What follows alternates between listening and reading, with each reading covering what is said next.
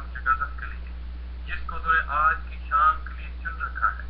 خدا باپ اس کی زبان کو مسح کر اس کے دل اور دماغ کو کنٹرول میں لے، تاکہ اس کے منہ سے نکلا ہوا ایک ایک لفظ تیری مرضی کے مطابق ہو۔ خدا باپ کوئی ایسا لفظ نہ بولیں جس سے تیرے پیارے دل کو ٹھیس پہنچے، بلکہ وہی کہیں جو تو چاہتا ہے۔ خدا باپ اپنے روح کے وسیلہ سے انہیں استعمال کر، اور خاص طور پر منت مانگتا ہوں جتنے آئی موجود ہیں، جتنے لوگ اس وقت موجود ہیں، ہم سب کو کلام سننے کے لیے تیار کر، روح کا مسا بخشیے، تاکہ ہم روح کی معموری میں ہو کر تیرے کلام کو سن سکیں اور اپنی عملی زندگی میں اپنا سکیں۔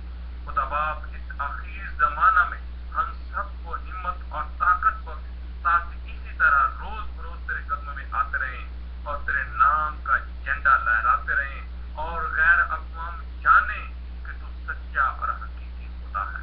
خدا باپ باقی ماندہ وقت کو تیرے ہاتھ میں دیتا ہوں، پورے نیٹ ورک کو تیرے ہاتھ میں دیتا ہوں۔ خدا باپ اپنے کنٹرول میں لے، کوئی شیطانی طاقت کوئی خلل نہ پہنچانے پائے، بلکہ ہم بڑے اچھے طریقے کے ساتھ، بڑی سنجیدگی کے ساتھ تیری عبادت کرتے رہیں، تیرے نام کا پرچار کرتے رہیں، تجھے دھنیواد کہتے رہیں، کیونکہ تو ہمارا باپ ہے، ہم تیرے بچے ہیں۔ باپ ہمیشہ اپنے بچوں کے ساتھ ہوتا ہے، تو ہم سب کے ساتھ ہو۔ نام پر ہم برکتیں مانگتے ہیں اسی کے نام سے، آمین۔ آمین آمین۔ ڈاکٹر نشان اکرم، خداوند آپ کو بڑی برکت دے، آپ کے گھرانے کو۔ اور اب وقت ہے کہ ہم خداوند کا زندہ پاک کلام سنیں، تو میں بڑی عزت اور احترام سے ڈاکٹر جون جوزف کو دعوت دوں گا کہ وہ اپنا مائک انمیوٹ کریں اور خداوند کا زندہ پاک کلام ہم سب کے ساتھ شیئر کریں۔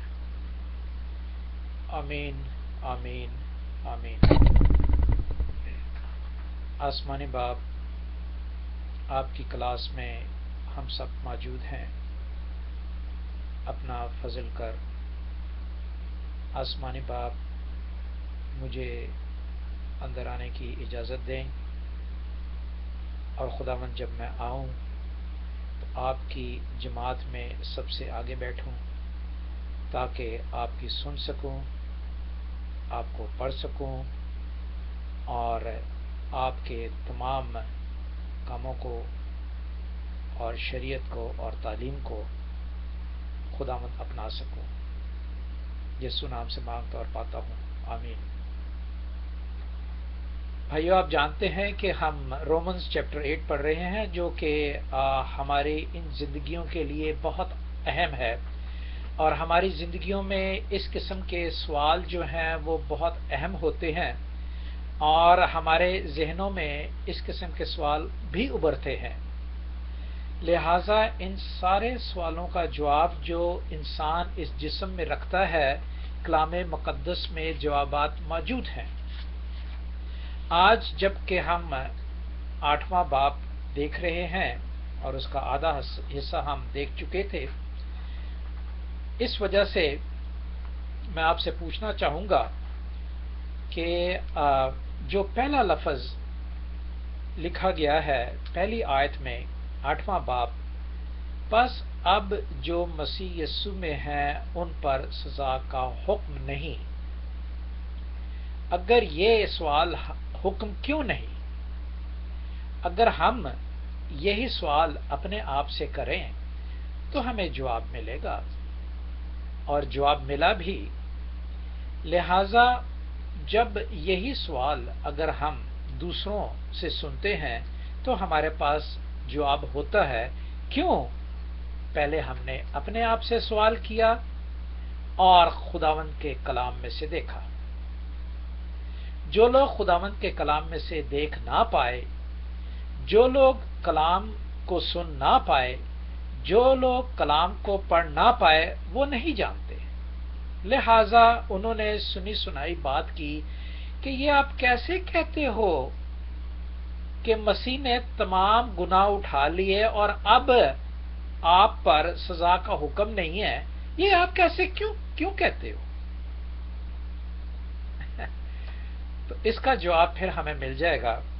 تو اس کا جواب ہم نے پڑھ چکے ہیں، تو آپ سے میں شیئر کروں گا، پوچھوں گا نہیں، شیئر کروں گا، کیونکہ شیئر کرنا ضروری ہے. تو مجھے بتائیں کہ ہم پہ سزا کا حکم کیوں نہیں ہے؟ چھٹے باب میں ہم نے پڑھا جسم کمزور تھا. جسم کمزور کب سے کب تک تھا؟ چلیں یہ بتا دیں. جسم کمزور آدم سے موسیس تک تھا. اور شریعت کب آئی؟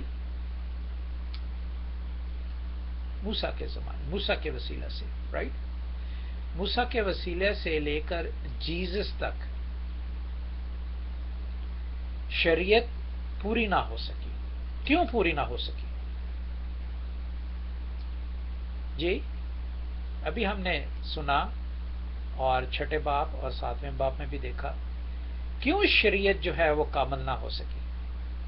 شریعت میں کوئی خرابی تھی یا جسم کمزور تھا؟ ایک اور ایزی سوال ہو گیا.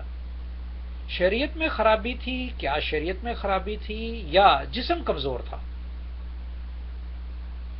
جی شریعت خراب نہیں تھی.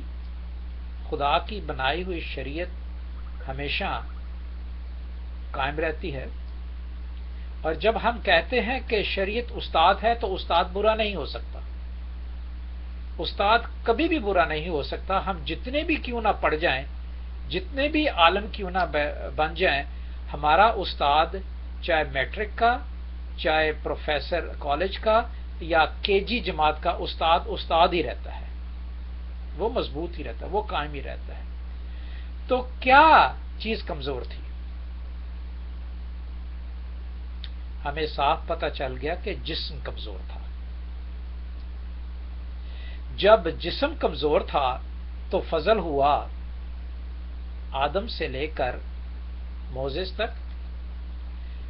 جب جسم کمزور تھا تو شریعت کو پورا نہ کر سکی تو فضل آیا. آدم سے لے کر موسیس تک بھی فضل تھا جب گناہ کے وسیلہ سے جسم کمزور ہو گیا تھا. اور گناہ کے وسیلہ سے جسم کیسے کمزور ہو گیا تھا؟ کیسے کمزور ہو گیا تھا؟ جبکہ آدم نے نافرمانی کی تھی. یہ باتیں بڑی ضروری ہیں اور ان پر دھیان دینا. پھر ہمارے لنک جو ہے وہ ملتے جاتے ہیں اور ہم میں سے کبھی بھی باہر کبھی سوال کیا جائے تو ہمارے پاس جواب ضرور ہوگا. اس لیے کہ ہم نے پڑھا، اس لیے کہ ہم نے سنا، اس لیے کہ ہم نے اپنے آپ سے سوال کیے اور ہمیں پہلے سے جواب مل گیا. لہذا فضل تھا پہلے بھی، شریعت کے بعد بھی فضل نے کام کیا کیونکہ جسم کمزور تھا. جسم پر ہی فضل ہوتا گیا. ٹھیک ہے. بچے کی مثال لے لیتا ہوں. یہاں پڑھ چکے ہیں، میں صرف دوبارہ رپیٹ اس لیے کر رہا ہوں کہ صرف ہم میں ہی جواب نہ رہیں بلکہ باہر بھی جواب یہ دیے جا سکیں. بچے کی مثال لے لیتا ہوں. جب بچہ پیدا ہوتا ہے تو تقریباً 6-7 مہینے تک، جب تک کہ ہوں ہاں نہیں کرنے شروع ہوتا، اس کے بعد اسے جتنا بھی آپ سمجھائیں وہ دوبارہ وہی کام کرتا ہے. لہذا ہم میں سے بہت سے لوگ ان بچوں کی مانند ہیں جو 6-7 مہینے کے بعد سے لے کر تقریباً 3-4 سال تک کردار ادا کرتے رہتے ہیں.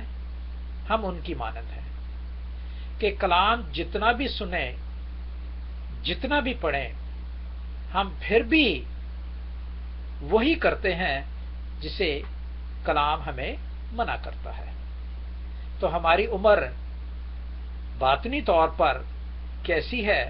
ہماری عمر باطنی طور پر 6-7 مہینے کے بعد سے لے کر 3-4 سال تک رہتی ہے. پھر بچہ اسکول چلا جاتا ہے. 4-5 سال کے بعد اسکول چلا جاتا ہے، جہاں پہ وہ ابتدائی تعلیم تو پا چکتا ہے، سننا، اور اب پڑھنے کی بار آتی ہے، پڑھنے کی بار آتی ہے اور تعلیم حاصل کی جاتی ہے پڑھنے کی. تو ہم میں سے بہت سے ایسے لوگ موجود ہیں جو کہ پڑھنا نہیں جانتے، لیکن ان کے پاس ابتدائی تعلیم ضرور ہوتی ہے. اس لیے لہذا ابتدا میں جب ہم بڑھ جائیں گے تو ہم روح کی وجہ سے چلنے شروع ہو جائیں گے. گاسپل کیوں نکلے؟ گاسپل کیا ہے؟ گاسپل خوشخبری ہے، گاسپل فضل ہے. ایکٹس کیا ہے؟ ایکٹ وہ ہے جو جسم نے ہمیں اسکول میں بٹھا کے پڑھا دیا، سب کچھ کر دیا، اب ہمیں چلنا چاہیے. ایکٹ چلنا چاہیے جو 5 سال سے لے کر اور کم از کم نہیں 21 سال تک ہم نے پڑھا،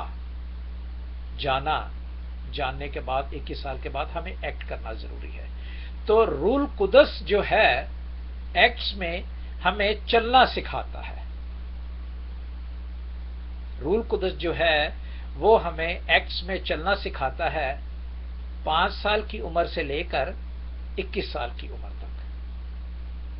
کسی کو 40 سال، مجھے 40 سال لگے ہیں. خیر ایسا نہیں ہے کہ میں ضروری 21 سال میں ہی خداوند کا کلام عمل میں لا کر اور شروع کیا ہے، ایسی بات نہیں ہے. میں بھی 40 سال، میں آپ کو ایک عمرے بتا رہا ہوں آئندہ آنے والے بچوں کے لیے. اس کے بعد ایکٹس کے بعد آگے رومنز آتا ہے. تو رومنز ہمیں بتا دیتا ہے کہ ایکٹس کیوں غلط ہے. ایکٹس کیوں غلط ہیں؟ کیونکہ گناہ جو ہے وہ آدم سے لے کر موسیس تک، اور اس کے بعد فضل نے ہی اس کے درمیان کام کیا. موسیس سے لے کر یسوع تک شریعت، اس کے باوجود بھی جسم کمزور اور فضل نے کام کیا. اور یہ باتیں ہیں اب ہمارے درمیان میں جو رومن ہمیں بتاتے ہیں کہ گناہ کا ہم پہ کوئی اثر نہیں ہوگا اور ہم گناہ سے ہمیشہ باہر رہیں گے، اور جب ہم باہر رہیں گے تو ہم سزا کے قابل نہیں ہوں گے. اور اگر ہم پھر بھی قانون مانتے ہوئے بھی، ان ملکوں کے قانون مانتے ہوئے بھی اس ملکوں کے قانون کے خلاف ورزی کریں گے تو ہمیں سزا ملے گی. اگر ان ملکوں کے قانون کے وسیلے سے ہم غلط کام نہیں کریں گے تو ہمیں سزا نہیں ملے گی. ان پہ سزا کا حکم ہوگا ہی نہیں. Exactly spiritually parables is the same connected, a similarly example according to the worldly law. Is that right? تو اب ہمیں یہ پتا ہو جانا چاہیے کہ کیوں نہیں ہے سزا کا حکم. اس لیے نہیں ہے کہ گناہ اور موت کی شریعت سے. اب یہ موت کی شریعت ایگزیکٹلی ویسے ہی بتا لیجئے، مان لیجئے کہ جیسے حکومتوں کی ہوتی ہے. اب یہ گناہ کی شریعت کون سی؟ جسمانی کام، جسمانی کام. روح کی شریعت کون سی؟ جو موسیس کے ذریعے ہمیں ملی. خون نہ کرو، جھوٹ نہ بولو، لالچ، غصہ، فرقے، مکاری، بری آنکھ، بری چال، برے ہاتھ، چوری نہ کرو. تو اس سے ثابت ہوا کہ ہم ان سے آزاد ہیں، ان سے آزاد ہیں جس کی وجہ سے شریعت لاگو ہوئی. اور اب شریعت سے بھی آزاد ہو جاتے ہیں. کیوں؟ کیونکہ فضل ہے. شریعت پہ ہم نے عمل کیا اور عمل کرنے کے بعد ہم اتنے پختہ ہو گئے. Exactly the same thing when you buy a car and you need to know the prospects of that car, and then to operate the car you need to open the prospects, and after reading it understand properly where the switches are, where the gears are, کہاں gear ہیں، کہاں switch ہے، کہاں light ہے، کیا ہے. then you keep it away وہ آپ پہ ضروری نہیں کہ ہر دفعہ اس کو کھول کے پڑھیں اور گاڑی چلائیں، وہ سائڈ پہ ہو گئی. ہاں کسی کو نہیں پتا تو پراسپیکٹ سے بتا دیں کہ ہاں بھائی وہ آپ کے پاس پڑی ہوئی ہے، پراسپیکٹ میں دیکھ لو کہ اس کے کیا خرابی ہے. بہت سی باتیں ہیں، باتیں کرتا چلوں تو ختم نہیں ہوں گی. اس لیے ابھی ہمیں پتا چلا کہ گناہ، شریعت اور فضل کیا ہے. ٹھیک ہے، اب ہم دیکھتے ہیں جو کہ نیکسٹ سٹیپ ہے. پہلے میں یہ بیان کرتا چلوں، بہت سے میرے ذہن میں سوال آیا تھا، بہت سے لوگ بھی سوال کرتے ہیں اور عموماً رومنز پر جو ہے وہ فتوے لگاتے ہیں اور فتوے لگا کے رومنز کو ہیٹ کرتے ہیں، نفرت کرتے ہیں. یہ ہمارے عموماً مڈل ایسٹ میں بہت یہ پایا جاتا ہے. آج ہمارے درمیان میں یہ اگر بات واضح ہو جائے گی تو ہم کم از کم انہیں بتانے والے ہو جائیں گے کہ کیا ہے. رومنز امپائر جو آئے ہیں وہ بہت بعد میں آئے ہیں. کن امپائروں سے؟ ایجپشن امپائروں سے، فراؤنوں سے. رومن امپائر جو آئے ہیں بہت بعد میں آئے ہیں، جبکہ پیلسٹینین امپائرز ہوا کرتے تھے. رومن امپائرز بہت بعد میں آئے ہیں، جبکہ پرشین امپائرز ہوا کرتے تھے اور اسیرین امپائرز ہوا کرتے تھے. اب اسیرین کون ہے؟ یہ وہی نوح کی اولاد ہیں جو یافت کے لوگ ہیں. اور کینانی کون ہے؟ یہ وہی کینانی ہیں جو حام کی اولاد میں سے ہیں.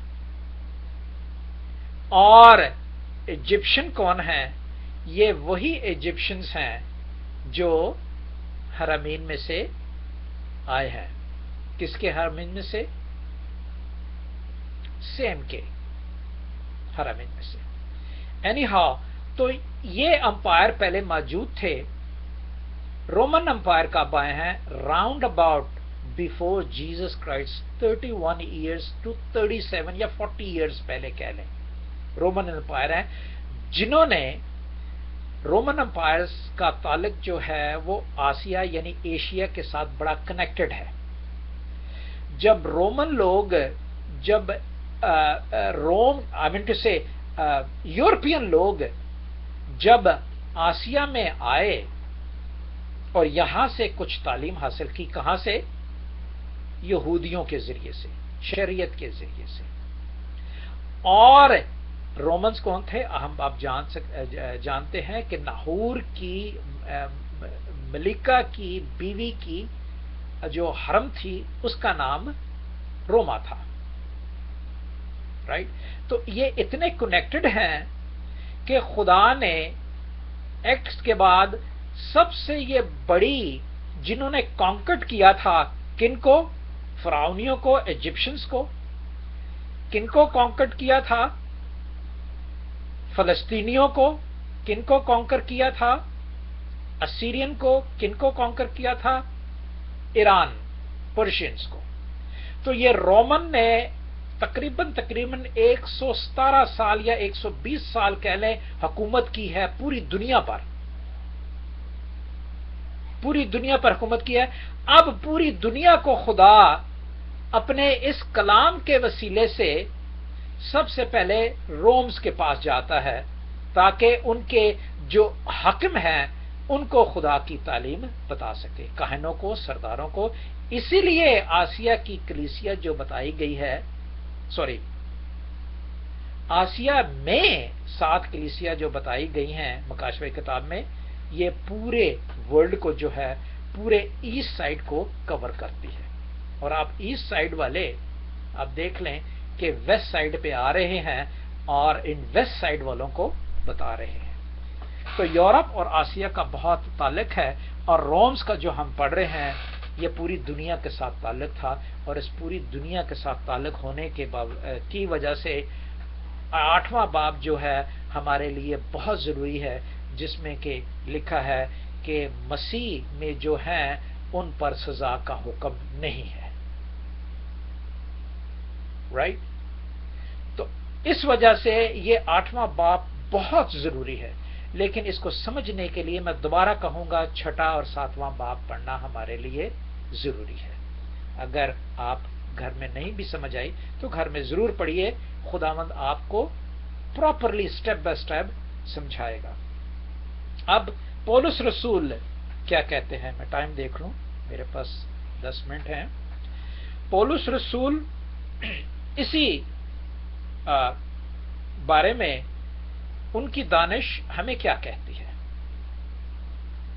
رومنس 8 باب 18 سے 25 تک اگر کوئی پڑھ دیجئے پلیز۔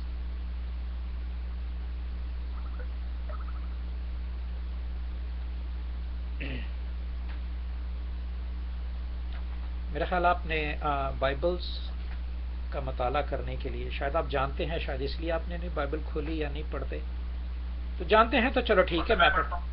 اچھا چلو بیٹے۔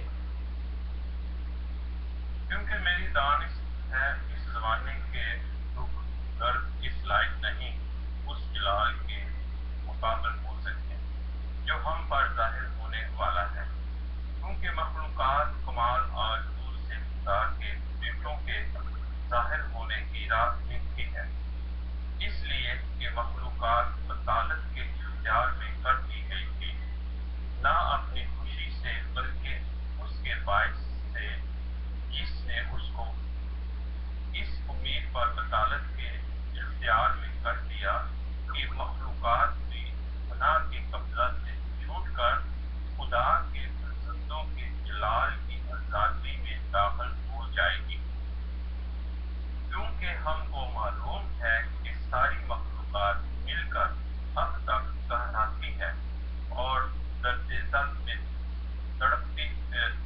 میں بڑی تڑپتی ہے، اور نہ فقط وہی بلکہ ہم بھی جنہیں دھوپ کے پہلے پھل ملے ہیں آپ اپنے باطن میں کراتے ہیں اور لے بالغ ہونے یعنی اپنے بدن کی مخصی کی راہ دیکھتے ہیں، چنانچہ ہمیں امید کے وسیلے سے نجات ملی، مگر جس چیز کی امید ہے جب وہ نظر آ جائے تو پھر امید کیسی؟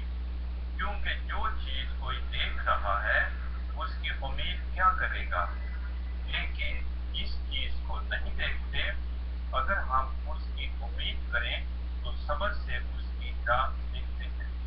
پاک کلام کی پڑھے اور سنے جانے پر خداوند کی پاک پر خداوند کا شکر ہو۔ I love you, thank you بیٹے، so kind of you۔ تو ہم نے خداوند کے کلام میں سے کیا سیکھا؟ امید کے بارے میں سیکھا، صبر کے بارے میں سیکھا، اور یہ بات اس وقت کی گئی جب روم پوری دنیا پر حکومت کرتا تھا، رائٹ؟ اس وقت بھی امید تھی، لوگ دیکھتے تھے کہ خداوند کب تیرا آنا ہوگا۔ یسوع کے بعد لوگ ابھی تک، ہم تک جب ہم موجود ہیں، ابھی تک دیکھتے ہیں کہ خداوند اب کب تیرا آنا ہوگا، کب انصاف ہوگا، اور کب ہم اس عذاب سے جو ہیں وہ چھوٹ جائیں گے، اور ہمارے جسم کراتے کراتے اتنے دکھی ہو گئے ہیں کہ ہماری امید جو ہے وہ باطل نہیں ہوئی، وہ قائم ہے، جو کہ ہمیں مقدس پولس رسول کی دانش بتاتی ہے کہ اس زمانے کے دکھ درد اس لائق نہیں کہ جلال کے مقابل ہو سکے، اور جلال کے مقابل کون سا؟ یسوع کا جلال۔ وہ جلال اپنے خون کے وسیلہ سے ہمارے گناہوں کو دھو کر ہمیں پاک صاف کر دیتا ہے، اور 21ویں آیت بتاتی ہے اس امید پر بطالت کے اختیار میں، اس امید پر بطالت کے اختیار میں کر دیا کہ مخلوقات بھی فنا کے قبضہ سے چھوٹ کر خدا کے فرزندوں کے جلال کی آزادی میں داخل ہو جائیں گی۔ جو لوگ خداوند کو نہیں جانتے وہ اس بطالت کے اختیار میں موجود ہیں اور اس امید میں قائم ہیں۔ کون سی امید میں؟ کہ جسمانی دکھ اور درد سے چھوٹ جائیں۔ لیکن خداوند کے بندہ نے ہمیں بتایا ہے کہ اس زمانے کے دکھ اور درد اس لائق نہیں ہیں کہ وہ ہمیں خداوند سے دور کر سکے۔ ہم اب پہلی امید سے کہ ہم اس دکھ درد کی وجہ سے اس جسم میں کراتے ہیں وہ دور ہو چکی ہے، اور وہ صرف مسیحوں میں دور ہوئی ہے، اس لیے کہ ہمارے دکھ درد یسوع کے دکھ درد سے بڑے نہیں ہو سکتے۔ ہماری امید وہ والی نہیں ہے کہ ہم ان جسموں میں دکھ سہتے ہیں، ہماری امید وہ والی ہے جو ہم اس کے ساتھ جانے والے ہیں۔ یہاں پہ یہ بتایا گیا ہے، اس کی بات یہ بتائی ہے، لیکن کیونکہ ہم کو معلوم ہے کہ ساری مخلوقات مل کر اب تک کہراتی ہے۔ ابھی تک خداوند کا آنا نہیں ہوگا جب تک کہ ہر گھٹنا خداوند کے آگے نہیں جھکے گا، اور جو جھک جائے گا وہی خدا کے ساتھ جائے گا، رائٹ؟ اور فقط وہی بلکہ جنہیں روح کے پھل ملے ہیں۔ آپ اپنے بدن میں کراتے اور اپنے لے پیلک ہونے یعنی اپنے بدن کی مخلصی کی راہ دیکھتے ہیں، چنانچہ ہم امید کے وسیلے سے نجات ملی، مگر جس چیز کی امید ہے وہ نظر آ جائے تو امید کیسی؟ We have got it already because we confess already that we are cleaned by his holy blood. He has given us already to drink his blood because he changed that wine into blood. You know that. Corinthians 11:23. اب کیونکہ جو چیز دیکھ رہا ہے اس کی امید کیا کرے گا، لیکن جو چیز نہیں دیکھتے اگر ہم اس کی امید کرتے ہیں تو صبر اس کی راہ دیکھتی ہے۔ Two types of desire we have. We don't have a desire because we are already dead in Jesus Christ, and we are living in Jesus Christ. How we dead? By worldly things, because he died on the cross. The people saw him died on the cross. اب ہم دیکھتے ہیں یہ دانش جو مقدس پولوس نے بتائی ہے، اب ہم کیا اپنے ان دکھوں کی جو جسم پر ہم پہ ہوتے ہیں ان کو برداشت کرنے کی یا ان پر معافی کی ہم کیا امید رکھیں گے؟ اب ہمیں کون سی امید رکھنی ہے؟